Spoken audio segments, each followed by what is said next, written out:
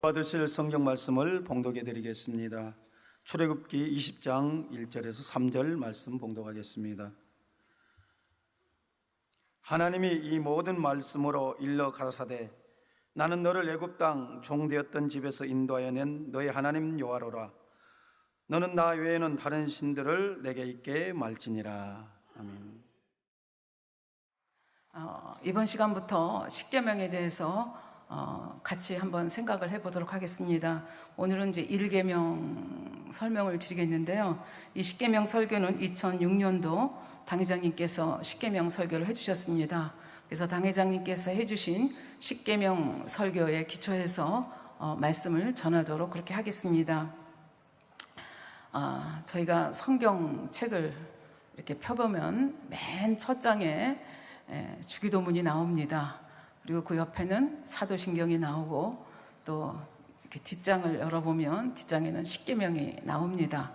그러니까 교회에 처음 전도받아 오게 되면 외워야 할 것이 주기도문 외워야 된다고 얘기하고 사도신경 외워야 된다고 얘기를 하고 그 다음에 또 이제 십계명이 이제 그만큼 세 번째 성경의 표지에 그렇게 들어갈 정도니까 굉장히 중요하다는 얘기가 되겠습니다.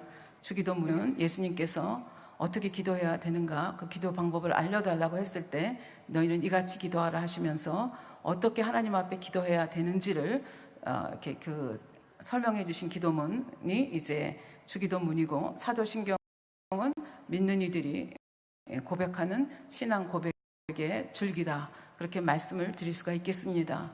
그러면 십계명은 무엇이냐? 성경에 보면 하라, 하지 말라, 지키라, 버리라 이런 명령들이 많이 있는데 그 명령을 집약해서 10개의 말씀으로 집약한 것이 십계명이다, 이렇게 말씀드릴 수가 있겠습니다. 그래서 초신자가 아니시면 이제 주기도문 다 외우시고 사도신경 다 외우십니다. 그리고 십계명도 문제없이 다 안다고 생각을 하는데 사실상 막상 십계명을 한번 써보세요. 그러면 제대로 쓰시는 분이 생각보다 많지 않은 것을 발견할 수 있습니다.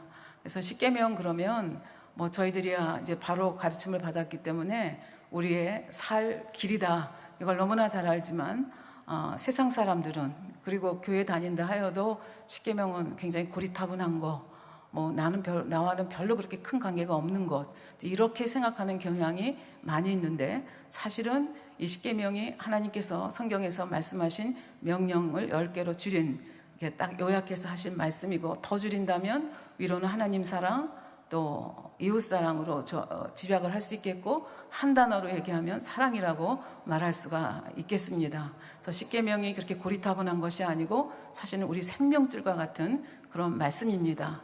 그래서 주기도문과 사도신경을 외우듯이 십계명도 한번 소리를 내서 일주일에 한 번이든지 뭐 이렇게 좀 소리를 내서 읽어서 마음에 새기시는 것도 참으로 의의가 있다, 그렇게 생각을 합니다. 그러면 이제 구체적으로 1계명에 들어가기 전에 몇 가지를 좀 생각을 해보도록 하겠습니다. 그러면 아까 성경 찬송가 그 앞에 주기도문 사도신경이 있고 뒤에 십계명이 있다, 이렇게 말씀드렸는데, 그러면 왜 예수 그리스도를 영접한 사람들이 십계명을 지켜야 합니까? 누구는 고리타분하다고 하고 하건 옛날 구약에나 지켜야 되는 거 아닙니까? 그렇게 얘기를 하는데, 그러면 왜 예수 그리스도를 믿는 우리들이, 신약시대에 사는 우리들까지라도 이 십계명을 지켜야 합니까? 라고 하는 질문을 할 수도 있고 또 받을 수도 있습니다. 거기에 대해서 이제 답변을 드리도록 하겠습니다. 예수 그리스도를 자신의 구세주로 영접한 사람은 하나님께서 죄 없다 인정하십니다. 그리고 성령을 우리 마음속에 선물로 주시죠. 그래서 성령이 우리 마음에 임하시면 죽었던 영이 살아나서 하나님의 자녀로 새로운 탄생을 하게 됩니다. 그리고 천국 생명책의 이름이 기록이 되면서 우리는 그날부터 천국의 시민이 됩니다. 우리가 지금 대한민국에 살고 있기 때문에 대한민국의 시민으로서 지켜야 할 법들이 있습니다.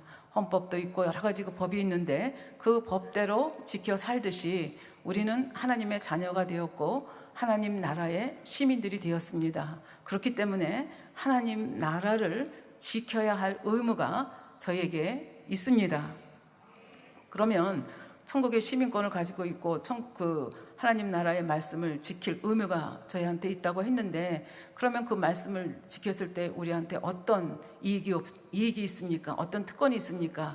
이제 이렇게 질문을 하신다면, 아버지 하나님께서는 공연히 십계명을 주시고 여러 가지 명령과 규례를 주신 것이 아니라, 아까 기도에서도 말씀하셨지만 우리의 행복을 위해서 주셨습니다. 그럼 우리의 행복이라고 하는 것이 구체적으로 무엇입니까? 이 땅에 사는 동안에 내 영혼이 잘된 같이 내가 범사에 잘되고 강건하리라 말씀하신 대로, 아버지 하나님께서는 우리가 이 땅에 살면서 인간 경작을 받으면서도 하나님의 자녀로 복되게 행복하게, 또 재앙 만나지 않고 질병 당하지 아니하고 행복하게 살기를 원하십니다. 그 행복하게 살 수 있는 길이 이 계명을 지키는 일 속에 포함이 되어 있고, 또 이렇게 하나님의 말씀을 잘 지키면 이 땅에서만 이렇게 행복하게 복을 누리고 사는 것이 아니라, 우리가 이 땅의 삶이 끝나고 나면 영원한 세계가 있는데, 그 영원한 천국에서 또 우리들의 믿음의 분량에 따라서 처소도 달라지고 영원한 천국에서 영생 복락을 누릴 수 있는 길이 바로 하나님의 말씀을 지키며 사는 길이기 때문에 이 십계명을 지켜야 된다, 이렇게 말씀을 드릴 수가 있겠습니다. 그러면 십계명을 지키지 않으면 어떻게 됩니까? 십계명을 지키지 않으면 원수마귀 사단이 송사를 하게 됩니다. 그래서 하나님께서도 이 십계명이라고 하는 것이 영계의 법이기 때문에 이 법을 지키지 않으면 원수마귀 사단이 송사를 하게 되면 그 송사를 받아들일 수밖에 없습니다. 그러니까 사단이 송사하게 되고, 우리가 말씀을 지키지 못하면 사단의 송사가 일어나고, 사단의 송사가 일어나면 그 정도에 따라서 질병에 걸리기도 하고 재앙을 만나기도 하고 사건 사고를 당하기도 하고 이런 일들을 당하게 되는 거죠. 그래서 이 땅에서만 어렵고 힘든 삶을 사는 것이 아니라, 결국은 이 땅의 삶이 끝나고 나면 영원한 세계를 가야 되는데 천국을 가는 것이 아니고 지옥에서 영원히 고통받는 삶을 살아야 되기 때문에, 하나님께서는 구태여 성경의 그 많은 명령을 또 규례를 10가지로 간단하게 요약을 해서 우리들에게 이것을 지키며 사는 삶이 행복한 삶의 비결이라고 그렇게 말씀을 하고 계십니다. 그런데 이제 저희는 이제 목자님을 통해서 바르게 교육을 받아서 이 십계명을 지킬 수 있고, 또 지키는 삶이 얼마나 복된 삶인가를 아주 귀에 닳도록 그렇게 들었습니다. 그런데 세상 사람들은 말할 것도 없고, 세상 사람들은 아직도 뭐 그런 법이 있냐? 이렇게 묻는 사람도 있고, 또 교회에 다닌다 하면서도 이렇게 인간적인 생각에 사로잡혀서 인간으로서, 이 육체를 가지고 있는 인간으로서, 육신을 가지고 있는 인간으로서 어떻게 십계명을 다 지킬 수 있느냐, 그냥 하나님 앞에 순종하기 위해서 어찌하든지 지키고자 노력하며 사는 것이 다가 아니냐, 이렇게 말씀하시는 분들이 계십니다. 저도 사실은 이 제단에 오기 전에는 그렇게 알고, 인간으로서 십계명은 지킬 수 있는 것이 아니야, 지키려고 노력하는 것뿐이지, 이렇게 생각하면서 신앙생활을 했습니다. 그런데 성경에 보면 이것이 얼마나 잘못된 가르침인가 하는 것을 볼 수가 있습니다. 요한일서 5장 3절에 보면, 하나님을 사랑하는 것은 이것이니 우리가 그의 계명들을 지키는 것이라, 그의 계명들은 무거운 것이 아니로다. 하나님을 사랑하는 증거가 바로 뭐냐 하면 하나님의 계명을 지키는 것이 하나님을 사랑하는 증거라고 말씀을 하십니다. 그러면 거꾸로 하나님이 우리를 사랑하는 증거는 무엇입니까? 라고 말씀을 우리가 질문할 수가 있겠죠. 하나님께서는 하나님의 사랑을 여러모로 나타내 주셨는데, 그 사랑의 정점이 사랑하는 아들 예수님을 이 땅에 보내주시고, 또 십자가에 못 박혀 처참하게 돌아가셔서 보혈의 피를 흘리게 하심으로 우리에게 구원의 길을 열어주셨습니다. 이것이 하나님께서 우리에게 보여주신 사랑의 정점이다, 이렇게 볼 수가 있겠습니다. 그래서 하나님께서는 그냥 아무런 증거 없이, 아무런 것 없이 그냥 독재자처럼 내 계명을 지켜라 그러는 것이 아니고, 하나님은 우리에게 그 계명을 지킬 수 있는 모든 것을 보여주시고 사랑을 보여주시고, 그러므로 너희들도 나를 사랑하라. 그럼 나를 사랑하는 것이 구체적으로 어떻게 하는 것이냐? 입술로 고백한다고 해서 그것이 사랑이 아니고, 내가 너에게 준 그 계명대로 사는 삶이 결국은 나를 사랑하는 삶이다. 그리고 이 계명을 지키는 것은 무거운 것이 아니다, 그렇게 말씀을 합니다. 당회장님께서도 늘 설명을 하시죠. 우리가 인간 사회에서도 서로 사랑하게 되면 뜨거운 땡볕에 관악산 가자고 해도 나 땀나서 싫어요, 그렇게 얘기하는 사람이 있겠습니까? 사랑하는 이와 같이 할 수 있다는 그것 때문에 땀을 뻘뻘 흘리면서 관악산도 올라갑니다. 추운 겨울에 눈이 퍽퍽 내려도, 눈이 몇 센치 10cm 쌓여도 어디서 만나자 그러면 보라매 공원에서 만나자 그러면 눈이 안 치워진 보라매 길도 장화 신고 가지요. 왜? 사랑하기 때문에 그렇습니다. 또 사랑하는 사람이 내 능력으로는 좀 힘들고 어려운 것을 요구한다 할지라도 사랑하기 때문에 어찌하든지 그 마음의 소원을 들어주고자 애쓰는 모습이 우리 인간 사이의 관계에서도 볼 수 있습니다. 하나님과의 사이에서도 마찬가지라고 생각합니다. 하나님을 진정 사랑한다면 하나님께서 말씀하신 대로, 그러니까 우리가 우리의 방법대로 사랑하면 안 되잖아요. 하나님께서 원하시는 방법대로 사랑을 해야 됩니다. 그 사랑하는 것이 뭐냐는 것을 구체적으로 말씀해 주셨기 때문에 하나님 말씀대로, 하나님 계명대로 사는 삶이 하나님을 사랑하는 삶이다, 이렇게 우리에게 설명을 해주고 계십니다. 사실 구약시대에는 이 말씀대로 산다는 것이 자기 의지 가운데 이걸 지켜야 되기 때문에 그렇게 쉽지는 않았습니다. 자기 의지, 노력으로 지켜야 되었죠. 그러나 신약시대에 와서는 아까 설명드린 바와 같이 성령을 우리 마음속에 선물로 주셨기 때문에 성령께서 우리 마음에 늘 주관을 주십니다. 들은 말씀도 생각나게 하시고 때를 따라 또 지혜도 주시고 하시면서 우리들로 하여금 이 말씀대로 살 수 있도록 그렇게 역사하시기 때문에 구약시대보다는 훨씬 더 말씀대로 사는 것이 무거운 것이 아니고 쉬운 것이다. 그리고 이 말씀이 이제 궁극적으로 십계명을 쭉 따라가다 보면 너희의 행복을 위해서 주셨다는 말씀의 의미를 저희가 마음속에 더 깊게 새기게 되면 결국은 하나님께서 우리에게 이렇게 계명을 주신 것은 우리의 행복을 위해서다 라고 하는 것이 이제 절절히 깨달아지면 더 기쁜 마음으로, 행복한 마음으로 지키게 되는 것이죠. 그래서 아까도 말씀드렸지만 인간으로서 어떻게 십계명을 다 지키냐, 그렇게 말씀을 하셨는데 그 말씀이 성경 말씀에, 진리이신 성경 말씀에 비춰보면 사실이 아니다, 그렇게 말씀을 드렸고요. 그 다음에 하나님의 계명을 지키지 않는다면 여전히 죄 가운데 있는 것이고 거짓말하는 것이다. 그리고 거짓말하는 사람들은 하나님 나라에 들어갈 수가 없다, 더군다나 예루살렘에 들어갈 수 없다 라고 하는 것을 성경에서 정확하게 찝어서 말씀을 하고 계십니다. 요한일서 1장 6절에 보면 만일 우리가 하나님과 사귐이 있다 하고 어두움 가운데 행하면, 어두움 가운데 행한다는 것은 죄의 악 가운데 행한다는 뜻이죠. 어두운 가운데 행하면 거짓말을 하고 진리를 행치 아니함이다. 그러니까 우리가 어두운 가운데서 빛 가운데 행하지 않으면 이게 말씀대로 살지 않는 것이고, 말씀대로 살지 않는 것은 하나님과 사귐이 있다고 하는 것이 거짓말이다, 거짓말하는 것이다, 이렇게 말씀을 하고, 요한일서 2장 4절에 보면 저를 아노라 하고, 여기서 저는 하나님이십니다. 하나님을 아노라 하고 그의 계명을 지키지 아니하는 자는 거짓말하는 자라, 탁 부러지게 말씀을 하십니다. 그리고 요한계시록 21장 27절에 보면 거짓말하는 자는 결코 그리로는 새 예루살렘을 가르칩니다. 그리로 들어오지 못한다.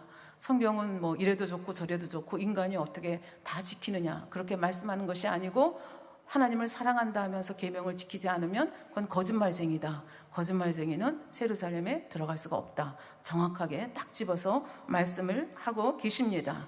그래서 우리 마음에 진실로 말씀이 있다고 하면, 생명의 씨가 있다고 하면, 그리고 하나님을 믿는다 하면서 말씀대로 살지 않는다고 하면 그것은 하나님을 믿는다는 고백도 거짓 고백이요, 하나님을 사랑한다는 고백도 결국은 거짓 고백이 된다, 이렇게 말씀드릴 수가 있겠습니다. 제가 전에도 한번 여러분 앞에 들어드렸다고 생각이 되는데요, 이 하나님의 말씀과 우리의 생각과 어떻게 차이가 있는지를 한 예화를 통해서 여러분께 말씀을 드리겠습니다. 잠수함이 바닷길을 가고 있었습니다. 그런데 저 멀리에서 빛이, 움직이지 않는 빛이 보였습니다. 그래서 이 잠수함에 타고 있는 사람이 그 빛 쪽으로 해서 통신을 보냈습니다. 뭐라고 보냈는가 하면, 비켜라, 너희들이 20도만 비키면 우리가 지나가겠다. 그렇게 이제 약간의 좀 위협조죠. 그랬더니 저 움직이지 않는 빛 속에서 통신이 또 왔습니다. 너희들이 비켜라. 그러니까 이제 점점 감정이 고조가 됐죠. 그러니까 잠수함에 탄 사람들이 다시 응답을 했습니다. 우리는 잠수함이다. 너희가 비키지 않으면 박살을 내겠다. 이렇게 이제 응답을 했습니다. 그랬더니 저쪽에서 또 응답이 왔습니다. 우리는 등대다. 등대에게 20도만 비껴라. 뭐 안 비키면 박살을 내겠다. 그 참 웃기는 얘기죠. 이거는 비유를 하면 우리는 잠수함입니다. 등대는 하나님이시고 하나님의 말씀입니다. 그래서 우리가 우리의 기분에 따라서, 우리의 생각에 따라서 율법을 이러고 저러고 논한다는 것, 율법을 지키지 않는다는 것은 얼마나 어리석은 일인가. 결국은 내가 박살나는 지름길이다 하는 것을 이 예화를 통해서 우리가 다시 한번 알 수가 있겠습니다. 여러분들 교통법규를 한번 생각해 보세요. 지금 서울이 얼마나 복잡합니까? 근데 교통법규가 없다고 하면 나는 자유로워. 내가 갈 때 가고 싶고, 내가 턴할 때, 내가 돌고 싶을 때 턴하고, 신호등이 무슨 관계가 있어? 내가 달리고 싶으면 그냥 달리지. 이게 자유입니까? 박살나는 길이죠. 이게 교통법규가 없다고 하면 더군다나 서울같이 복잡한 데서는 참 1분도 운전하기가 힘들고 생명의 위협을 느낄 수밖에 없는 거죠. 하나님의 명령도 하나님의 말씀도 이와 같다는 말씀이 되겠습니다. 그러면 우리의 행복을 위해서 주신 첫 번째 계명이 무엇입니까? 아까 출애굽기 20장 1절부터 3절까지 읽어주셨습니다. 제가 다시 한번 읽겠습니다. 하나님이 이 모든 말씀으로 일러 가라사대 나는 너를 애굽 땅 종되었던 집에서 인도하여 낸 너희 하나님 여호와라. 지난 시간에도 말씀드렸지만 이 신의 산 언약을 맺기를 원하시는 이 하나님은 어떤 하나님이신가를 먼저 보여주셨습니다. 열재앙을 통해서, 홍해가 마르는 사건을 통해서, 또 만나와 메추라기를 먹여주시고 바위를 쳐서 물을 내시고 구름 기둥으로 또 불 기둥으로 인도하시는 이 하나님이 살아계시고 그분이 얼마나 전지전능한 분이고 그분이 나를 조건 없이 얼마나 사랑하는 분이신가를 먼저 보여주신 다음에 그 다음에 너희가 내 백성이 됐으면 좋겠다, 너희가 제사장 나라가 됐으면 좋겠다 하시면서 이 언약을 맺습니다. 그러니까 나는 너희를 이렇게 사랑하는 사람이야, 이렇게 능력이 있고 너희를 이만큼 사랑해. 그러니까 너희들이 나와 깊은 관계를 맺기 원한다. 그래서 뭐 부모와 자녀 관계라고도 표현을 하고 또 성경에 따라서는 부부 관계로까지라도 이렇게 표현을 하십니다. 그러면서 너희가 나한테, 내가 너에게 복을 주고 이렇게 순종하면 복을 주고 축복을 주는 대신 너희는 이 계명을 지켰으면 좋겠다. 그리고 말씀하시면서 첫 번째 계명을 말씀하십니다. 너는 나 외에는 다른 신들을 내게 있게 하지 말지니라. 그래서 십계명은 지난 시간에도 말씀하셨듯이 모세 선지자를 통해서 간접적으로 전달해 준 것이 아니라 모든 백성들이 다 듣는 가운데서, 빽빽한 구름 가운데서, 불과 우레와 천둥 치는 가운데서 하나님께서 직접 목소리를 들려주시면서 이 계명을 주셨습니다. 그래서 이 백성들이, 이스라엘 백성들이 두말하지 않고 그대로 하겠다고 응답한 걸 볼 수 있습니다. 그래서 여기서 너는 1차적으로는 이 시내상 언약을 맺을 때, 십계명을 주실 때 그 모세와 이스라엘 백성을 1차적으로 지칭한다고 하면 오늘날 신약시대에 사는 저희들에게는 또 우리 예수 그리스도를 믿는 사람이 너에 해당된다, 이렇게 말씀드릴 수가 있겠습니다. 마치 여호와 하나님께서 그 모든 기사와 표적을 통해서 하나님의 능력과 사랑을 보여주신 다음에 이 언약을 맺은 것처럼 신약시대에 사는 우리들에게는 하나님의 사랑의 절정인 예수 그리스도를 이 땅에 보내시고 구원의 길을 마련해 주시고 그런 사랑을 우리에게 보여주시면서 이 계명, 하나님의 말씀을 지키라, 이렇게 말씀해 주신다 볼 수가 있겠습니다.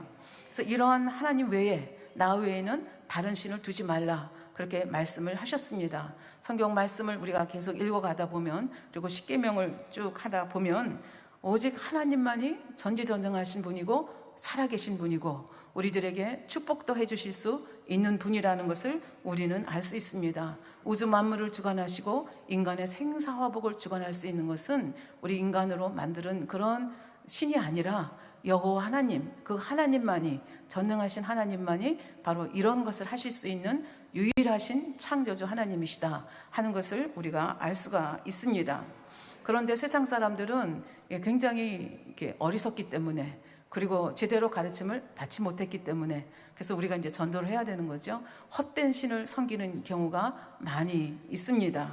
예를 들면 뭐 부처를 신으로 섬기기도 하고, 그 다음에 뭐 지금은 그런 일이 별로 없는 것 같은데, 저도 이제 시골에서 자랐기 때문에 이제 시골길을 가다가 큰 고목나무가 있으면 사람들이 그냥 지나가질 않습니다. 반들반들한 돌을 하나 집어서 그 앞에 쌓아놓고 지나가고 이제 그렇게 하거든요. 왜 그렇게 하느냐 하면 그 고목나무가 굉장히 신령한 것으로 생각이 돼서 그 신령한 고목나무에게 경의를 표하는 방법의 하나다라고 볼 수가 있겠죠. 그래서 뭐 그런다든지 뭐 무당굿을 할 때 뭐 한라산신, 백두산신 뭐 이렇게 신을 불러가면서, 자연을 불러가면서 또 무당굿을 하기도 하고, 사실은 허락도 안 받았을 텐데 뭐 관우신 뭐 무슨 신 해가면서 장군의 이름을 붙여서 또 이렇게 구슬하는 경우까지 있는 것을 우리가 알 수 있습니다. 그래서 민족이나 나라마다 이렇게 신을 섬기는, 뭐 인도 같은 데는 굉장히 또 신이 많죠. 그리고 가까운 일본에도 이 삼라만상에 다 신이 깃들어 있다고 생각하기 때문에 굉장히 잡다한 신들을 많이 섬기는 것을 볼 수가 있습니다. 그러나 이러한 잡다한 신들은 우리에게 생사화복을 주관할 수도 없을 뿐더러 우리를 구원할 능력도 없고 축복도 줄 수가 없다는 것을 우리는 잘 알고 있습니다. 그래서 역대상 16장 26절에 보면 만방의 신은 모두 헛된 것이다, 그렇게 말씀을 하시고 계십니다. 우린 또 창세기 강의 말씀을 통해서 우리의 육의 아버지도 여호와 하나님이시요 우리의 영의 아버지도 여호와 하나님이신 것을 알 수가 있습니다. 그러니까 이 하나님을, 우리의 모든 것의 근원이 되는 하나님을 섬기지 않는다는 것이 얼마나 어리석은가를 거꾸로 생각해 볼 수가 있겠습니다. 그러면 나 외에 다른 신을 두지 말라 하셨는데, 그러면 하나님만이 유일하신 신이다, 하나님만이 유일하신 창조주이시다 하는 것을 우리에게 이 말씀 속에서 말씀을 하고 계신데요. 정말 하나님만이 유일하신 신인가, 또 하나님이 얼마나 전지전능하신 분인가를 이 시간 몇 가지 예를 통해서 한번 생각을 해 보도록 하겠습니다. 여러분들 중에 어떤 분은 단독주택에 사시고 어떤 분들은 아파트에 사십니다. 근데 여러분들이 사는 아파트가 설계자가 없다는 거 생각해 보신 적 있습니까? 여러분들이 사시는 주택이 설계자가 없고 도면이 없다는 걸 생각을 못 하시죠. 설계자가 있고 지은 사람이 있습니다. 하다못해 볼펜 하나라도 그걸 설계한 사람이 있고 그것을 만들어서 조립한 사람이 있습니다. 하물며 이 우주 만물을 바라볼 때 그렇게 정확하게 봄, 여름, 가을, 겨울이 정확하게 오고, 또 달이 뜨는 시기가 또 정확하고, 이런 모든 삼라만상이 흘러가는 것을 볼 때 이게 그냥 우연히 이렇게 되었다 생각하는 것이, 어찌 생각하면 지금은 잘못된 가르침 속에서 진화론이 절대적인 것처럼 생각을 하지만, 정말 삼라만상이 돌아가는 것을 보면 하나님이 계시는구나, 창조주가 계시는구나 하는 것을 느낄 수밖에 없습니다. 우선 하나님은 유일하신 분이다, 하나밖에 안 계시는, 여러 신 중에 우뚱가는 신이 아니고 하나님만이 유일한 신이다 하는 것을 우리가 볼 수 있는 예가 있다 하면서 당회장님께서 십자가의 도 말씀을 통해서 말씀을 우리에게 전해주셨는데 굉장히 설득력이 있죠. 이 인간들의 모습을 봐라. 우리는 황인종이죠. 그리고 또 백인종들이 있고 흑인종이 있습니다. 피부 색깔이 어떠하든지 간에 그 얼굴의 구조를 보아라. 눈은 2개, 코는 하나, 콧구멍은 2, 입은 하나, 귀는 2. 다 똑같지 않느냐? 어찌 인간만 그러냐? 동물도 마찬가지다. 코가 아무리 길어도 결국은 양눈 사이에 코가 있고 입이 있고 귀가 있다. 곤충도 마찬가지다. 심지어는 물에 사는 물고기도 마찬가지다. 새도 마찬가지다 하면서 창조주가 한 분이 아니시라면 꼭 이렇게 만들 필요가 없잖아요. 예를 들어서 창조주가 10분이시다. 그러면 눈을 꼭 2개만 만들 필요가 없지 않습니까? 고개를 돌려야 옆을 보는데 그렇게 하지 말고 귀 위에 눈 만들고 저 뒤에도 만들고 위에도 눈을 만들어서 뭐 돌멩이가 떨어지면 눈이 껌뻑하고 뭐해서 알려준다든지 그렇게 하면 되지 않겠습니까? 만약에 신이 잡다하게 많다고 하면 인간의 모습이 어떻게 똑같을 수가 있겠습니까? 여기 계신 숫자만큼 다 다르겠죠. 어떤 사람은 눈이 앞에 있고 어떤 사람은 뒤에 있고 막 별별 모습으로 다 있을 것입니다. 그러니까 이 당회장님께서 말씀하신 이 증거가 얼마나 강력한 증거인가 다시 한번 생각을 해봅니다. 뭐 우리의 얼굴의 위치만 그런 게 아니죠. 우리가 음식을 먹으면 입으로 들어가서 위장으로 내려가고 그 다음에 배설되는 것, 그 다음에 짐승도 마찬가지잖아요. 새도 닭도 뭐 다 마찬가지잖아요. 그리고 생식하는 것도 마찬가지잖아요. 암수가 결합을 해서 이렇게 자손을 이어가는 것도 다 이 동물들이 같은 걸 볼 수 있습니다. 그럼 결국 이렇게 같다고 하는 것은 창조주가 여러분인 것이 아니라 창조주는 한 분밖에 없기 때문에 그분의 완벽한 디자인에 의해서 이렇게 유일하신 그분의 손에 의해서 우리가 창조되었기 때문에 이와 같다, 그렇게 말씀드릴 수가 있겠습니다. 근데 우리를 창조하신 그 하나님이 얼마나 지혜가 많으시고 얼마나 지식이 많으신지 우리가 이 창조된 이 피조물들의 모습을 볼 때 우리는 그 하나님의 그 창조 솜씨에 감탄하지 않을 수가 없다. 그래서 시편 기자는 시편 104편 24절에서 이렇게 말합니다. 여호와여, 주의 하신 일이 어찌 그리 많은지요. 뭐 식물만 봐도 엄청나게 많잖아요. 새, 곤충, 동물, 사람 엄청나게 많은데 그걸 누가 다 지으셨어요? 하나님이 창세기 1장에 의하면 말씀으로 지었잖아요. 인간만 하나님의 손으로 정성스럽게 빚으셨죠. 주께서 지혜로 저희를 다 지으셨으니 주의 부요가 땅에 가득하나이다.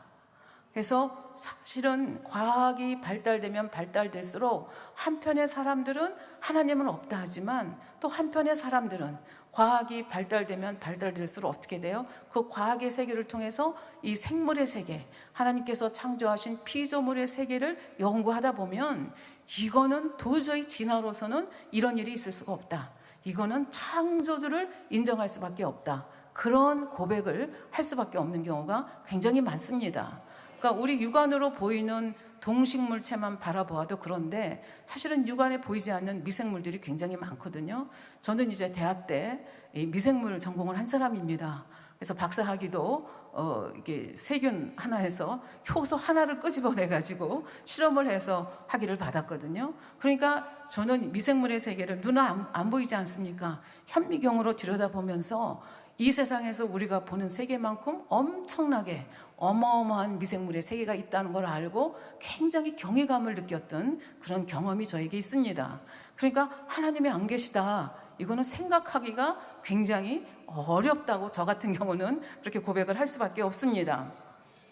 새가 집을 짓습니다. 산란기가 되면 이제 알을 낳기 위해서 이제 집을 짓는데 대부분의 어떤 새는 흙과 집으로 짓고 대부분의 새들은 풀과 낙엽으로 집을 짓는다고 합니다.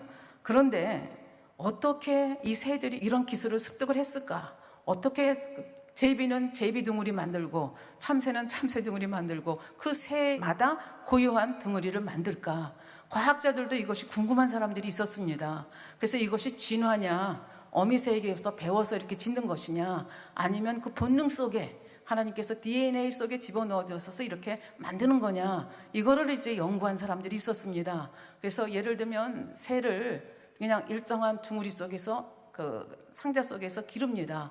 그리고 이제 나중에 어미가 되면 이제 교미를 시켜서 또 새의 알을 낳게 하죠. 그 새를 또 부화를 시켜서 또 기릅니다. 그렇게 해서 5세대를 지나게 했습니다. 그러니까 이 세대들에게는 둥우리 짓는 법을 안 가르쳐 준 거죠. 그러니까 풀도 넣어주지 않고 낙엽도 넣어주지 않고 인공적으로 방 같은 이런 커다란 공간 속에서 그냥 거기서 먹고 자라고 생식하고 또 한 세대가 끝나고 그 다음 세대가 끝나도록 이렇게 해서 5세대를 연구를 했습니다. 그러고 난 다음에 5세대가 지나고 난 다음에 그 공간 속에다가 풀하고 낙엽을 집어넣습니다.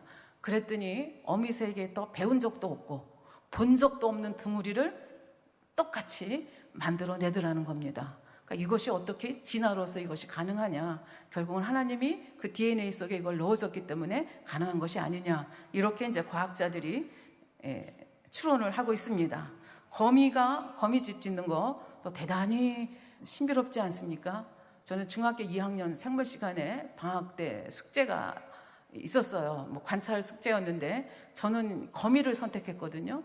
왜 선택했는지는 잘 모르겠어요. 근데 제가 충주 출신인데요. 거기는 들과 산이 많거든요. 그래서 들과 산을 다니면서 모양이 다른 거미들을 수집을 해가지고 이제 그거를 잡아가지고 알코올병에 넣어가지고 이제 그때가 한 30마리 내지 50마리 종류가, 그래서 그때 처음으로 한 것이, 야, 거미가 이렇게 다양하게 종류가 많구나. 이제 그런 걸 알아서 그걸 이제 제출했던 기억이 있는데요. 그리고 거미집도 다 똑같이 짓는 게 아니라 거미 종류에 따라서 굉장히 모양도 많이 달라지는 것을 볼 수가 있습니다. 그런데 이번 설교를 준비하면서 이제 유튜브를 봤거든요. 했더니 이 거미들이 이렇게 동그랗게 거미줄을 친다 그래요. 그래서 거미가 뭐 연구해서 무슨 누가 박사학위를 받아서 그 박사학위 논문에 따라서 그렇게 짓는 게 아니고 그냥 본능적으로 짓는 거예요. 그래서 동그랗게 이렇게 만들어 가는데, 왜 동그랗게 만들어 가는가 하면은 네모 반듯하게 지을 수도 있잖아요. 아니면 세모로 지을 수도 있고, 아니면 마른 목걸로 지을 수도 있잖아요. 근데 이렇게 원형으로 만드는 것이 가장 면적이 크다고 합니다. 그러니까 그 가장 면적이 커야 거기에 날아가던 파리도 걸리고 벌도 걸려서 결국은 먹이를 포획할 수 있지 않겠습니까? 그러니까 하나님께서 그렇게 디자인을 해 놓은 거죠. 그리고 비단같이 꼬은 실을 가지고 막 이렇게 해서 거미줄을 만드는데, 이 거미줄이 우리가 볼 때는 굉장히 가는 것 같지만 동일한 두께의 강철하고 비교해도 떨어지지 않는다는 거죠. 그리고 질긴 물질로 끈적끈적하게 그 거미줄이 만들어져서, 예를 들어서 파리가 날아가다가 거미줄에 걸린다 그러면 아무리 몸부림쳐도 도망갈 구멍이 없는 거죠. 그래서 똘똘 말아가지고 결국은 먹이가 돼서 끌려가는 그런 모습을 볼 수가 있습니다. 그리고 가만히 생각해 보면 꽁무니에서 나오거든요. 꽁무니에서 실이 나오면 그것이 공기와 이렇게 마주치는 순간에 그것이 굳어지거든요. 굳어지는데 만일에 꽁무니에서 나오는 그 액체가 너무 묽으면 어떻게 되겠습니까? 여기서부터 여기까지 연결해서 가야 되는데 너무 묽으면 땅에 떨어지잖아요. 거미가 무게를 못 견디니까. 그래서 거미집을 지을 수 없을 거 아닙니까? 근데 반대로 꽁무니에서 나오는 그 액이 너무 진하면 어떻게 돼요? 나오다가 여기까지 못해서 그냥 여기 매달려 있는 거죠. 그러니까 이거 지을 수가 없는 거죠. 그러니까 정확하게 어떻게 해요? 여기에서 여기까지 갈 수 있도록 그런 그 강도의 거미줄을 만들어낸다는 얘기죠. 이것이 인간이 박사학위를 받아도 이렇게 해내기는 그렇게 쉬운 일이 아니라고 생각합니다. 근데 거미들이 무슨 박사학위를 받은 것도 아니고 연구소를 차린 것도 아닌데 어떻게 이렇게 거미줄을 만들어서, 그것도 자주 그렇게 만들어서 먹이를 포획해서 먹고 사느냐. 결국은 하나님이, 거미를 창조하신 하나님께서 거미가 먹고 살 수 있도록 이렇게 다 그 DNA 속에 먹고 살아갈 수 있는 방법을 넣어주신 것이다. 이렇게밖에는 해석이 안 된다는 얘기죠. 그리고 딱따구리는 어떻게 해요? 나무에 탁 해가지고 구멍을 내가지고 뭐 집을 만들기도 하고 혀를 쏙 집어넣어가지고 그 속에 있는 벌레를 잡아먹기도 하거든요. 하나님께서는 딱따구리를 만드실 때 저렇게 살도록 만드셨습니다. 근데 저렇게 살도록 만드셨는데 인간의 생각을 동원하면 저렇게 살 수가 없습니다. 왜 그런가 하면 부리가 얼마나 단단해야 되겠습니까? 찍는데 어떻게 찍느냐? 1초에 15번을 찍는다고 합니다. 똑딱 하는 사이에 이게 쳐야 되는 거예요. 그리고 근데 이게 속도로 따지면 기관단총, 쫙 나가는 기관단총의 속도의 2배에 해당이 된다고 합니다. 그러니까 얼마나 굉장한 속도로 이걸 쪼아 되는데, 쫓고 그 다음에 뒤로 오고 쫓고 두고 하면서 이렇게 할 거 아닙니까? 그런데 이렇게 하기 위해서 이렇게 쪼았다가 뒤로 올 때 받는 그 압력, 스트레스가 어느 정도 심한가 하면은 우주로 발산되는 로켓 안에 우주 비행사가 받는 힘의 250배를 받는다고 합니다.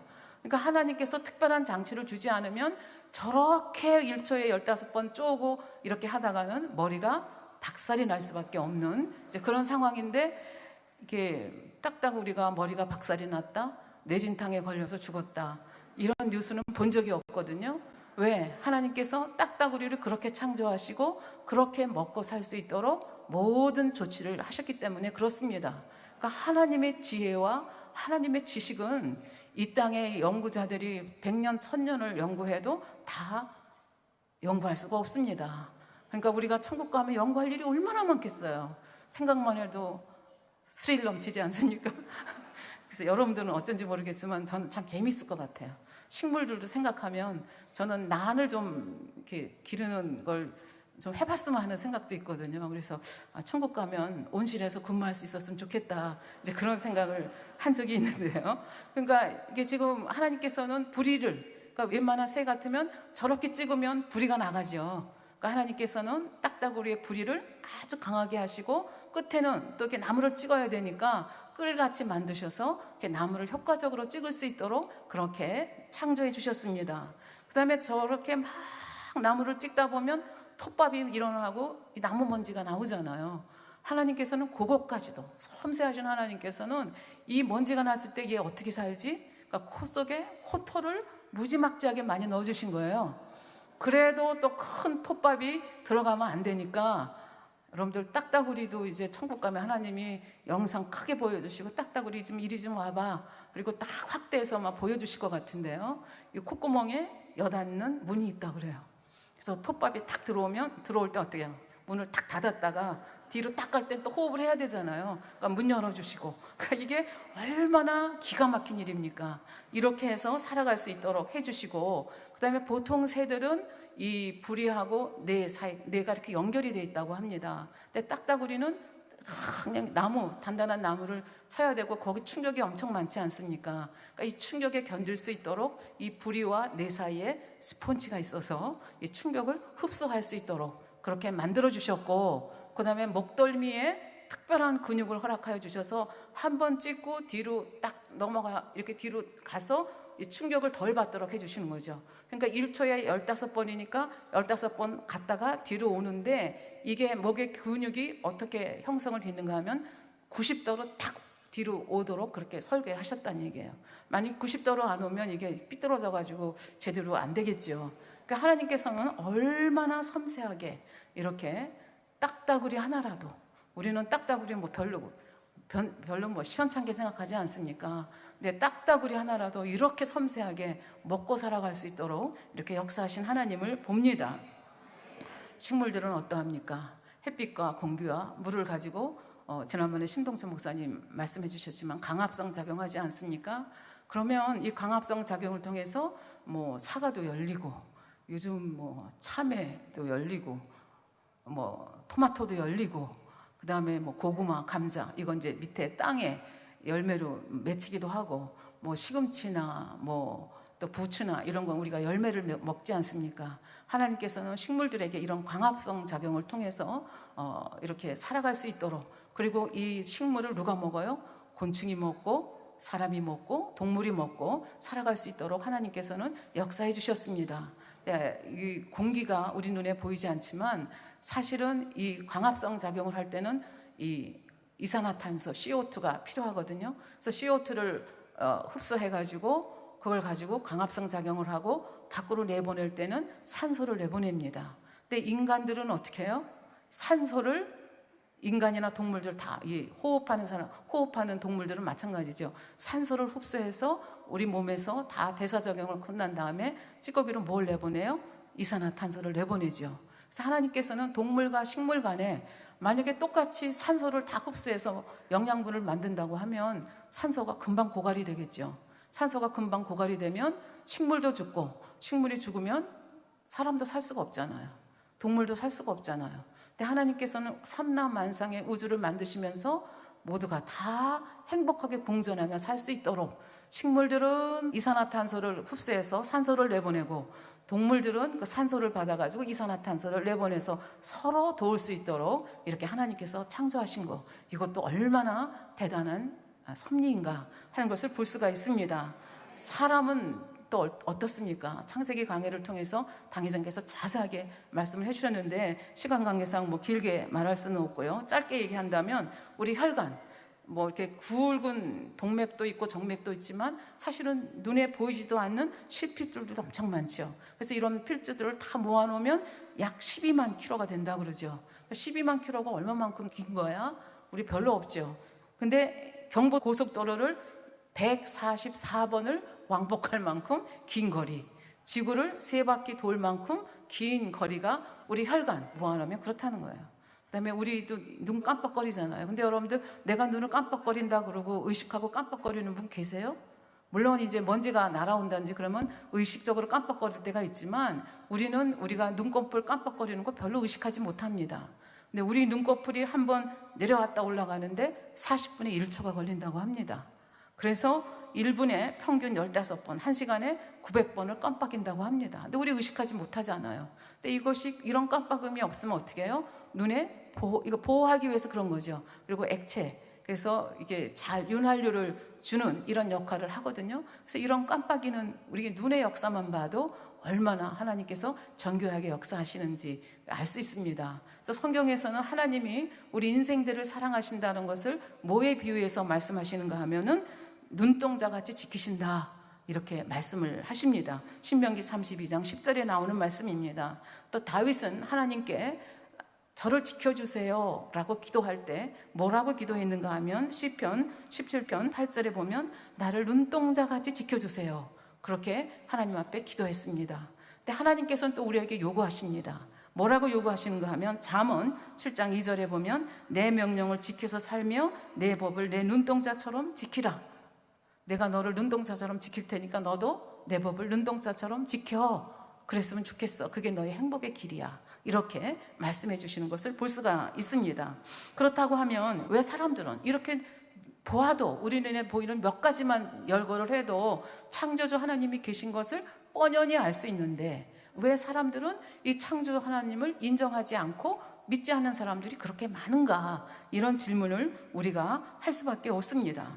근데 인간이 결과적으로 이 생각 속에서 내가 지금까지 보고 듣고 느끼고 한 것을 지식으로 쌓고 그 쌓은 지식이 혼의 작용을 통해서 나오는 것이 생각이라고 그랬잖아요. 그러니까 내 지식과 내 생각에 맞지 않기 때문에 결국은 받지 않는 거거든요. 그러나 우리가 생각해 보면 내가 가지고 있는 지식이라는 거, 내가 눈으로 보고 손으로 만지는 거, 그거가 다야.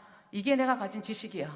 다른 거, 눈에 보이지 않는 거, 그거는 허망한 것이야. 이렇게 생각한다고 하면 얼마나 오산인가 하는 얘기죠. 예를 들면 지금 여기 전등빛도 있고 이렇게 해서 우리가 서로 인지하고 볼 수 있는데요. 사실은 우리가 이 땅에 있는 빛의 몇 %만 우리 육안으로 볼 수 있는가 하면 5%만 육안으로 볼 수 있다고 합니다. 그러니까 나머지 95%는 보지 못하는 거예요. 그렇다고 해서 그 빛이 없느냐? 아니잖아요. 우리 초등학교 다닐 때 이불을 일광에 햇빛에 널어서 소독한다는 거 배웠거든요. 왜? 거기는 자외선이 있어서 자외선은 살균 능력이 있기 때문에 이불을 햇볕에 널면 소독이 된다. 이런 거 배웠거든요. 그러니까 자외선은 눈에 보이지 않지만 그 자외선이 있다는 걸 알기 때문에 이불을 햇빛에 넣는 거. 이런 게 이제 보이지 않지만 보이지 않는 빛이 있다는 걸 인정하는 것이죠. 예를 들면 물질도 마찬가지입니다. 우리 눈에 보이는 거는 이 세상에 존재하는 물질의 5%밖에 안 된다고 합니다. 아까도 말씀드렸죠. 미생물은 우리 눈에 안 보입니다. 그러나 여기 득실하게 미생물들이 많이 떠다니거든요.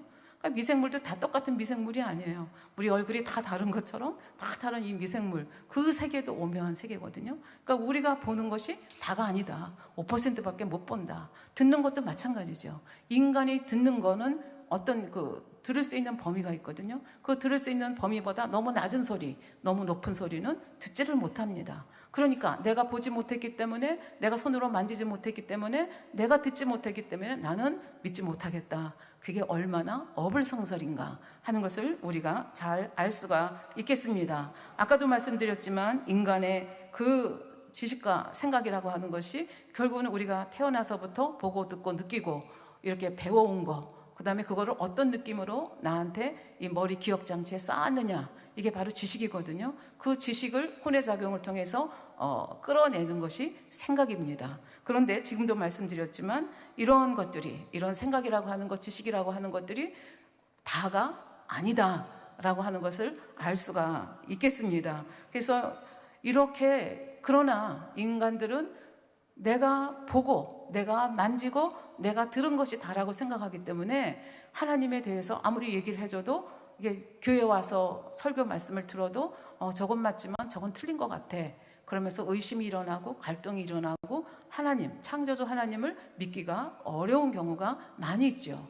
그래서 성경에서는 뭐라고 합니까? 요한복음 4장 48절에 보면 예수께서 가라사대 너희는 표적과 기사를 보지 못하면 도무지 믿지 않는다. 그래서 예수님 살아계실 그때도, 지금부터 2000년 전인 그때도 사람들이 양심이 비교적 선하다고 하는 그때도 뭐예요? 사람들이 내가 보고 내가 만지고 내가 듣지 않은 거면 못 믿겠다 그러셨기 때문에 예수님께서도 아무리 하나님의 아들로 와서 권능의 말씀을 전해도 잘 믿지를 못하기 때문에 결국은 기사와 표적을 통해서 이 사람들이 가지고 있는 생각과 이론을 깨트려야만 하나님을 받아들일 수 있기 때문에 기사와 표적을 행했다 이렇게 말씀을 하시는 것을 볼 수 있습니다. 우리는 당회장님께서 왜 큰 권능을 그렇게도 사모하시는지 설명을 여러 번 들어서 알고 있습니다. 이 마지막 때는 너무나 죄악이 관영해지고 또 한편으로는 너무나 과학이 발달됐기 때문에 옛날에는 뭐 누가 이렇게 기도해서 암 치료 받았다 그러면 뭐 이 소식이 해외 토픽 1호로 막 나가지만 지금은 그런 거 아무 소식이 안 됩니다. 왜? 병원에 가서 치료할 수 있는 길이 많이 열렸기 때문에 그렇습니다. 그러니까 더 큰 권능, 정말 이거는 하나님이 하신다 그런 권능을 보여주지 않으면 사람들이 눈도 깜짝을 안 하기 때문에 결국은 당회장님께서 더 큰 권능을 선호하실 수밖에 없었고, 그래서 그 결과 그렇게 오랜 세월 동안 기도하고 그렇게 하나님 말씀대로 살아오신 결과, 그리고 희생하고 헌신한 결과로 결국은 재창조의 권능, 사람의 마음을 변화시키고 기사와 표적, 기원까지라도 뭐 질병 퇴치는 물론이고 이런 권능들, 그래서 이런 권능들이 더 세계 앞으로 퍼질 때 결국은 교계도 이루고 해외 선교도 이룰 수 있기 때문에 이렇게 사모하셨다 하는 것을 우리가 알 수가 있습니다. 그래서 지금까지 하나님께서 왜 첫 번째 계명, 너는 나 외에 다른 신을 두지 말라, 이것이 이 땅에서도 복을 누리고 행복하게 사는 방법이고, 그 다음에 또 저 세상에 가서도 영원한 세상에서도 정말 하나님과 참사랑을 나누면서 영생복락을 누리는 길이다 이렇게 말씀을 드렸습니다.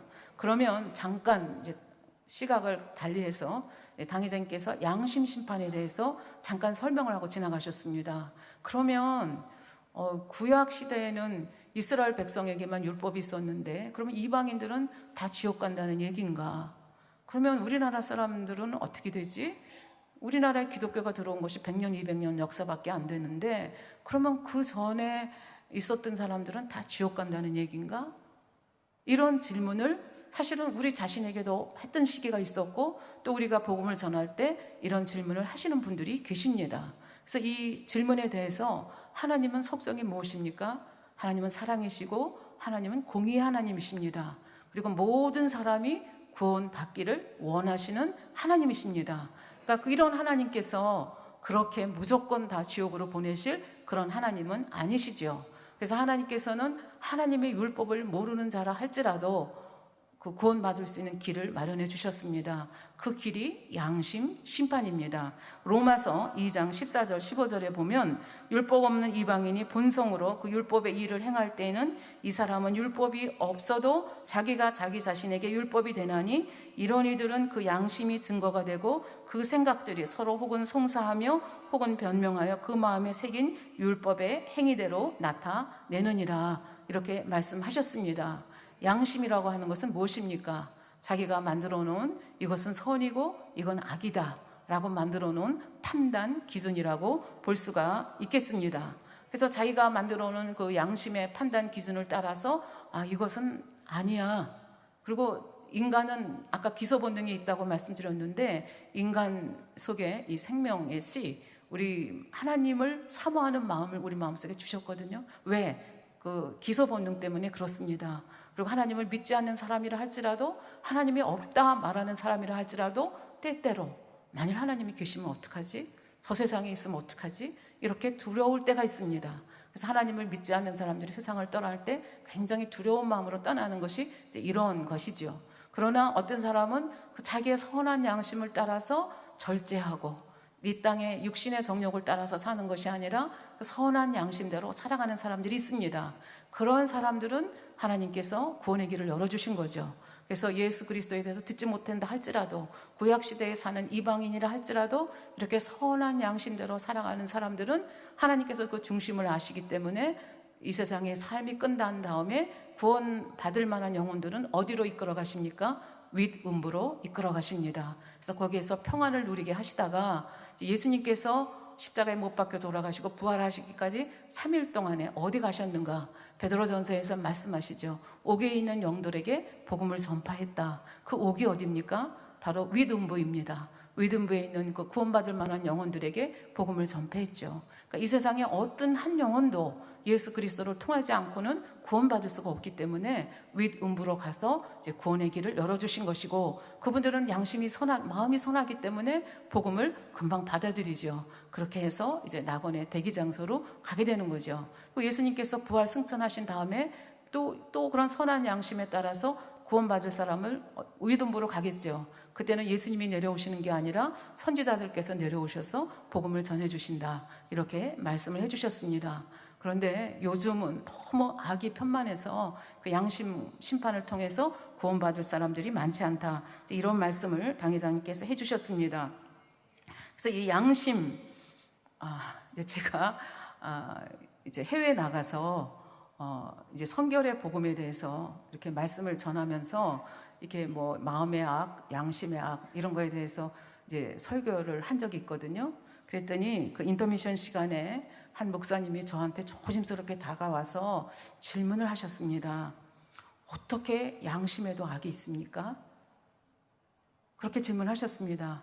저는 양심의 악이라는 말을 너무 많이 들었기 때문에 양심도 악할 수 있다는 것을 이제 마음속에 갖고 있었지만, 그분이 딱 질문을 하니까 이분의 질문도 일리가 있다. 왜? 양심이라고 하는 것은 내가 생각하기에 이것은 선하고 이것은 악한 것이다. 그래서 나름대로 판단 기준을 만들어 놨기 때문에 내 기준으로 보면 양심이 악할 수가 없는 거죠. 그래서 뭐 이렇게 설명해도 잘 안 되니까 성경 말씀을 두 기절을 알려드렸습니다. 히브리 10장 22절에 보면 너희가 마음의 뿌림을 받아 양심의 악을 깨닫고, 그러니까 이 말씀이 하나님께서 뭐라 그래요? 양심에도 악이 있다. 그러니까 양심이 형성되는 과정이 다 다르지 않습니까? 어떤 부모에서 태어났는지, 무엇을 보고 듣고 느끼고 어떤 느낌으로 받았는지, 똑같은 것을 보고 듣고 했다 할지라도 어떤 느낌으로 받았는지에 따라서는 가치관이 달라지는 거거든요. 가치관이 달라진다는 것은 양심이 다 다르다는 말입니다.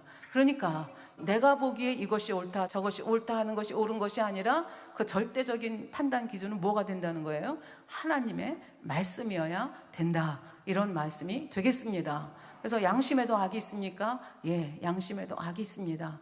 양심에도 더러움이 있습니다. 선한 양심도 있고 악한 양심도 있고 더러운 양심도 있고, 그 다음에 아예 화인 맞은 양심도 있습니다. 그래서 양심이 이렇게 다르다고 하는 것을 한 가지 예를 통해서 여러분하고 같이 좀 나누고자 합니다. 신사임당 여러분들이 다 안 보신 분은 없으시잖아요. 해외에 계신 분들도 거의 다 보셨더라고요. 그래서 이제 이 신사임당의 예를 들면 굉장히 설교하는 저와 또 이렇게 듣는 분들 간에 교감이 100% 되기 때문에 설명하기가 좋겠다. 그래서 이 그 신사임당에 나오는 한 장면을 여러분께 소개를 하겠습니다. 신사임당에 보면 이제 여러 가지 굉장히 이렇게 좀 우리한테 충격적인 그런 장면이 많이 나오고 재미있는 장면이 많이 나오지만, 저는 이 장면이 굉장히 좀 충격적이었습니다. 그리고 이렇게 선하고 깨끗한 양심도 있고 저렇게 더러운 양심도 있구나. 이제 그래서 했는데, 이 예화가 뭐냐 하면 중부학당에서 심사임당의 아들 혈령과 전라도 부잣집의 아들 태룡이 이제 한 사람밖에 뽑지 못하는 중부학당 그 시험을 보는 광경입니다. 아마 여러분들 이렇게 하면 이제 머릿속에 떠오르시겠죠? 그래서 혈령과 이제 태룡인데, 혈령은 시험 보러 가는 날 너무나 기쁘게 갑니다. 상쾌한 가을바람을 맞으면서 흥흥거리면서 이제 시험장에 도착을 했는데, 또 다른 수험생인 태룡은 그렇지가 않습니다. 그 지난 밤새도록 독선생을 휘움당에 붙여줘가지고 그 안 되는 공부를 해서 어디서 문제를 몰래 꺼내가지고 부정한 거죠. 부정으로 몰래 꺼내서 그 답을 외우고 또 외우게 하지 않았습니까?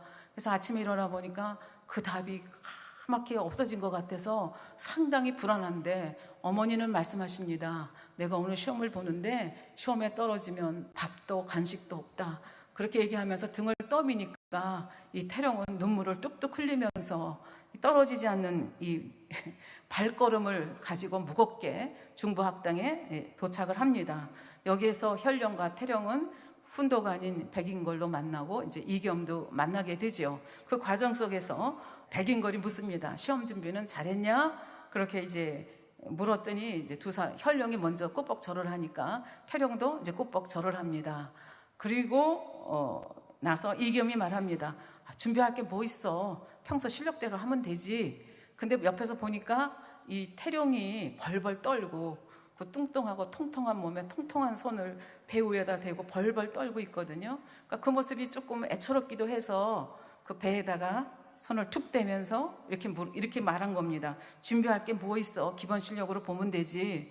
그런데 태령이 얼마나 긴장을 했는지, 그리고 독선생 들여서 밤새도록 외운 것이 잊어버려질까봐 잔뜩 긴장을 하고 있는데 그냥 배를 툭 찌르니까 자동적으로 답이 나왔습니다. 목적을 이루지 못했지만 항우만한 인물은 앞으로 나오기 힘들 것이다. 그렇게 대답을 하니까 이 훈도가 아닌 이겸하고 이 백인걸이 서로 쳐다보면서 아주 난처해합니다. 왜냐하면 문제가 부정적으로 유출됐다는 것을 알았기 때문에 그렇습니다.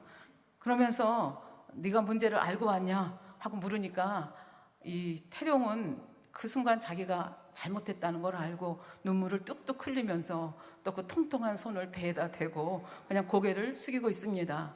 그러니까 이 두 훈도관이 이 문제를 해결해야 되니까 두 아이를 그 방에다 남겨두고 이제 밖으로 나갑니다. 두 아이만이 이제 방에 남아있는 그 상황 속에서 두 사람 사이에 이런 대화가 오갑니다. 어른들이 나가자 태룡은 더없이 서럽게 울기 시작한다. 그러니까 막 눈물을 뚝뚝 흘리면서 우는 태룡을 보면서 신사임당 아들 혈령이 물었습니다. 너도 중부학당에 엄청 들어오고 싶구나. 그렇게 물었더니 태룡이 눈물을 팍 닦으면서 하는 얘기가 그런 거 아니야.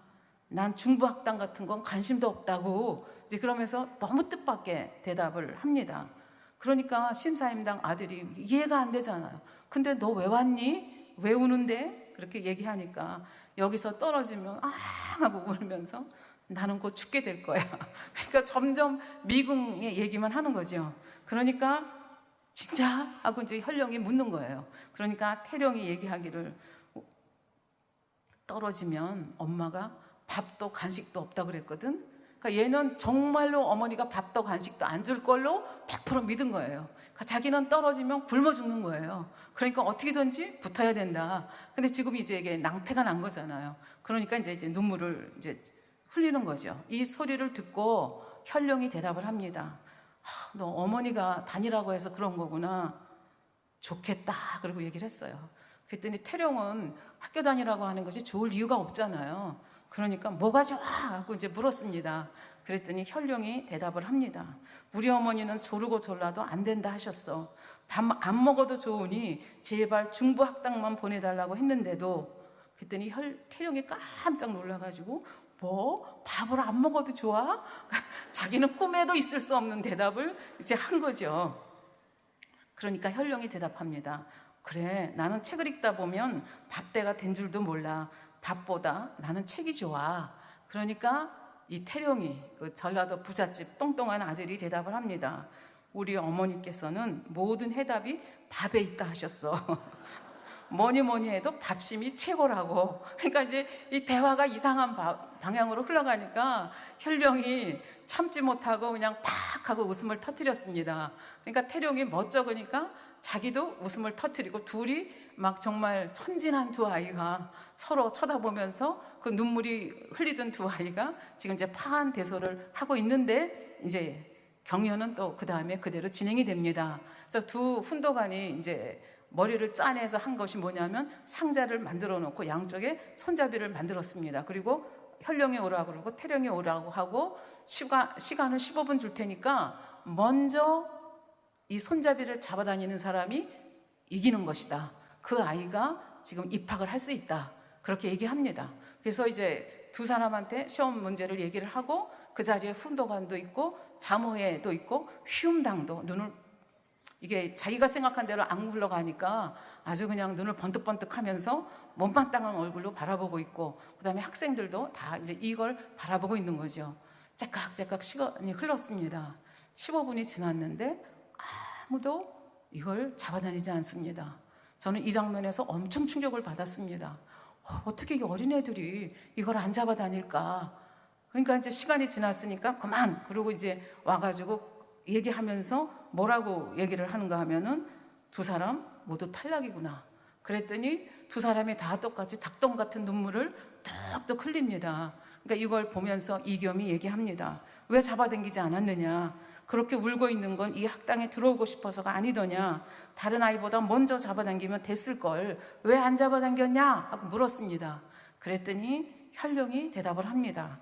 중부 학당에 들어가지 못하면 엄마가 밥도 간식도 안 주기 때문에 죽을지도 모른다는 태룡의 말이 생각이 났기 때문에 그걸 잡아당길 수가 없는 겁니다. 그러면 태룡은 왜 안 잡아다녔느냐 그랬더니 누구보다 중부학당에 들어오고 싶어하던 현룡의 말, 밥 안 먹어도, 자기는 밥이 전부인데 밥 안 먹어도 좋다고 하는 그 현룡의 말, 그게 마음속에 새겨진 거예요. 그러니까 얼마나 선하고 깨끗한 양심을 이 두 아이가 가졌는가. 저는 굉장히 그 장면에서 감동이 되더라고요. 그러니까 둘이 다 떨어져도 할 수 없다. 그러면서 누굴 먼저 생각하는 거예요? 상대방을 먼저 생각하는 이 선한 마음이 저한테는 굉장히 도전이 되었습니다. 여하간 그래서 이제 두 사람이 다 이제 탈락이 된 꼴이 됐는데, 근데 한 사람을 뽑아야 되잖아요. 그럼 이걸 어떻게 했으면 좋겠느냐? 둘 다 탈락을 시키겠어? 그렇게 물었더니 휘움당이 화가 벌컥벌컥 나는데 그 화를 꽉 누르고 벌써 얼굴이 푸락불그락 하잖아요. 그러면서 얘기합니다. 모름지기 제대로 된 시험이어야 당락을 결정할 수 있는 것 아니겠습니까? 그러니까 다시 말하면 문제 같지도 않은 문제를 내놓고 뭐 당락을 논하느냐, 이제 그러면서 질책을 하는 거죠. 굉장히 악한 더러운 양심이라고 볼 수 있겠죠. 그랬더니 이겸이 얘기합니다. 어명에 따라 철저하게 출제했던 문제가 사전에 유출되어 다시 시험을 치렀거늘 그렇다면 저 아이에게 시험 문제를 미리 알고 공부하여 어명을 유린한 죄를 물을까요? 그러니까 태룡은 또 눈치를 채고 뭐 또 눈물을 똥뻑똥뻑 흘리기 시작합니다. 휘움당은 어쩔 수 없잖아요. 지금 이게 문제가 누출됐다는 거 다 알고 있으니까 어쩔 수 없는 상황 속에서 이겸이 두 사람을 다 합격 처리를 하게 됩니다. 그래서 두 사람이 다 합격됐다는 소문을 이 말씀을 듣고 사람들의 반응하는 모습이 각각 다릅니다. 태룡과 현룡은 서로 얼싸안고 뛰며 좋아한다. 백인걸은 그 모습을 흐뭇하게 바라보며 미소 짓는다. 반면에 자모의 부인들은 낭패한 얼굴로 서로를 곁눈질하다가 풀그락불그락해진 얼굴로 부들부들 떨고 있는 휘움당을 힐끔거린다.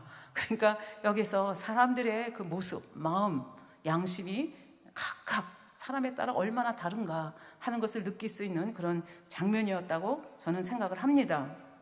그래서 여하간 하나님께서는 이렇게 사랑과 공의의 하나님이기 때문에 양심 심판이라는 것을 허락하셔서 이 구원의 도를 듣지 못한 사람이라도 선한 양심에 따라서 자기를 절제하고, 뭐 하나님을 정확하게 알지는 못해도 창조주, 조물주가 계신다는 걸 알고 정욕을 따라 살지 않는 사람들에게는 구원의 문을 열어주셨다.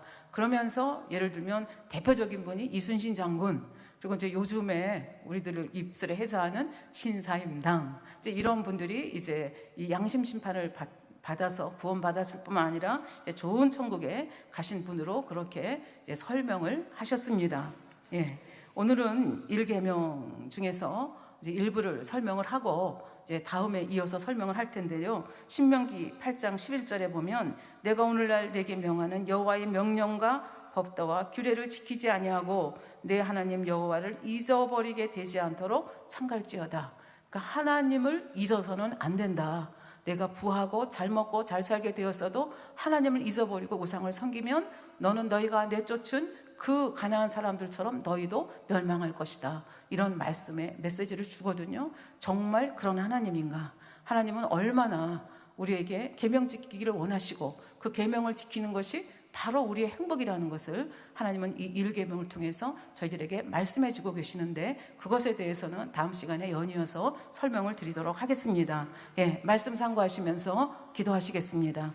아버지 하나님 감사합니다. 오늘은 너는 나 외에 다른 신을 두지 말라, 유일하신 하나님, 창조주이신 하나님, 사랑과 공의의 하나님에 대해서 오늘 생각해보는 기회를 가졌습니다. 하나님께서는 하나님 외에 다른 신을 섬기는 것을 무엇보다 싫어하시고 인간이 행복하게 이 땅에서도 또 저 세상에도 살 수 있는 길을 아버지 밝게 이 계명을 통해서 제시해주고 계십니다. 아버지 하나님, 이 계명이 얼마나 중요한 것인지, 왜 이 계명이 우리 행복을 위한 것인지 다시 한번 마음에 새기고 또 이 계명의 영적인 의미까지라도 깊이 마음에 새기는 귀한 시간으로 저희들을 축복하여 주시옵소서. 감사드리며 우리 주 예수 그리스도의 이름으로 기도하옵나이다. 아멘. 영상을 통하여 당장님의 환자 기도를 받겠습니다. 아픈 분들은 아픈 곳이나 연약한 곳에 손을 얹고 기도받으시고, 아프지 않으신 분들은 가슴에 손을 얹고 마음의 소원을 위해 믿음으로 기도받으시기 바랍니다. 할렐루야. 전능하신 사랑의 아버지 하나님, 이 시간 기도받는 모든 성도님들 위해 안수하여 주옵소서. GCN과 인터넷과 화상을 통해 기도받는 지교회와 지성전, 그리고 전 세계 하나님의 자녀들 위에도 시공간을 초월하여 역사하여 주시기를 원합니다. 믿어지는 믿음을 주시고 부정적인 생각과 의심의 세력을 물리쳐 주옵시며 모든 시험 환난도 물리쳐 주옵소서. 머리부터 발끝까지 오장육부 뼈 마디마디 온몸의 신경 조직 세포 등 아픈 곳마다 성령의 불로 태우시고 근본의 빛으로 역사하여 주옵소서. 예수 그리스도의 이름으로 명하노니 원수마귀 사단 모든 질병 균 연약함아 물러가라. 빛이여 임하라. 모든 불치 난치병도 성령의 불로 태워 깨끗게 하여 주옵소서. 말라리아를 비롯한 모든 풍토병도 물리쳐 주옵소서. 감기, 기침, 열, 몸살, 독감 등 각종 유행성 질병도 다 물러가라. 어떠한 유행성 질병 균도 틈타지 않게 지켜 주옵소서. 위암, 폐암, 간암, 유방암, 자궁암, 대장암, 피부암 등 각종 암과 에이즈, 백혈병, 뇌졸중, 고혈압, 저혈압, 심장병, 폐병, 위장병, 당뇨, 부인병, 피부병, 갑상선 질환과 모든 염증도 깨끗게 하여 주옵소서. 소아마비, 중풍, 관절염, 디스크도 온전케 하여 주옵소서. 요통, 두통, 신경통을 비롯한 모든 통증은 사라질지어다. 간질, 자폐증, 우울증, 조울증, 노이로제 등 모든 정신질환도 물러가라. 모든 마비된 것도 풀어지고 일어나 걷고 뛸지어다. 눈도 잘 보이게 하옵시고 귀도 잘 들리게 하여 주옵소서. 소경은 눈을 뜨고 기머거리는 들으며 벙어리는 말할지어다. 각종 사고 후유증도 깨끗게 하시고 부러진 뼈도 붙여 주옵소서. 화상 입은 것도 온전케 하옵시고 화기암 물러가라. 열도 물러가라. 아버지 흉터 나지 않게 역사해 주시기 원합니다. 마약을 비롯하여 각종 약물과 독극물 중독도 깨끗함을 입을지어다. 죽은 신경과 세포가 살아나며 죽은 자도 살아나게 하여 주옵소서. 잉태의 축복도 주시기를 원합니다. 잉태의 축복을 받으라. 예수 그리스도의 이름으로 명하노니 원수마귀 사단아 하늘 공중 곳에 잡은 악의 영들아 물러가라. 그의 사자들도 물러갈지니라. 이 땅의 악한 영, 더러운 영, 거짓되고 간사한 영, 의간질하고 미혹하는 모든 어둠들은 물러가라. 모든 흉악의 결박을 풀고 어둠아 물러가라. 빛이여 임하라. 아버지 하나님, 부르짖어 기도할 수 있는 능력을 주시고 죄를 버리고 성결될 수 있는 능력을 주옵소서. 영원히 잘됨같이 범사에 잘되게 하시고 가정의 복음화도 이루어 주시기를 원합니다.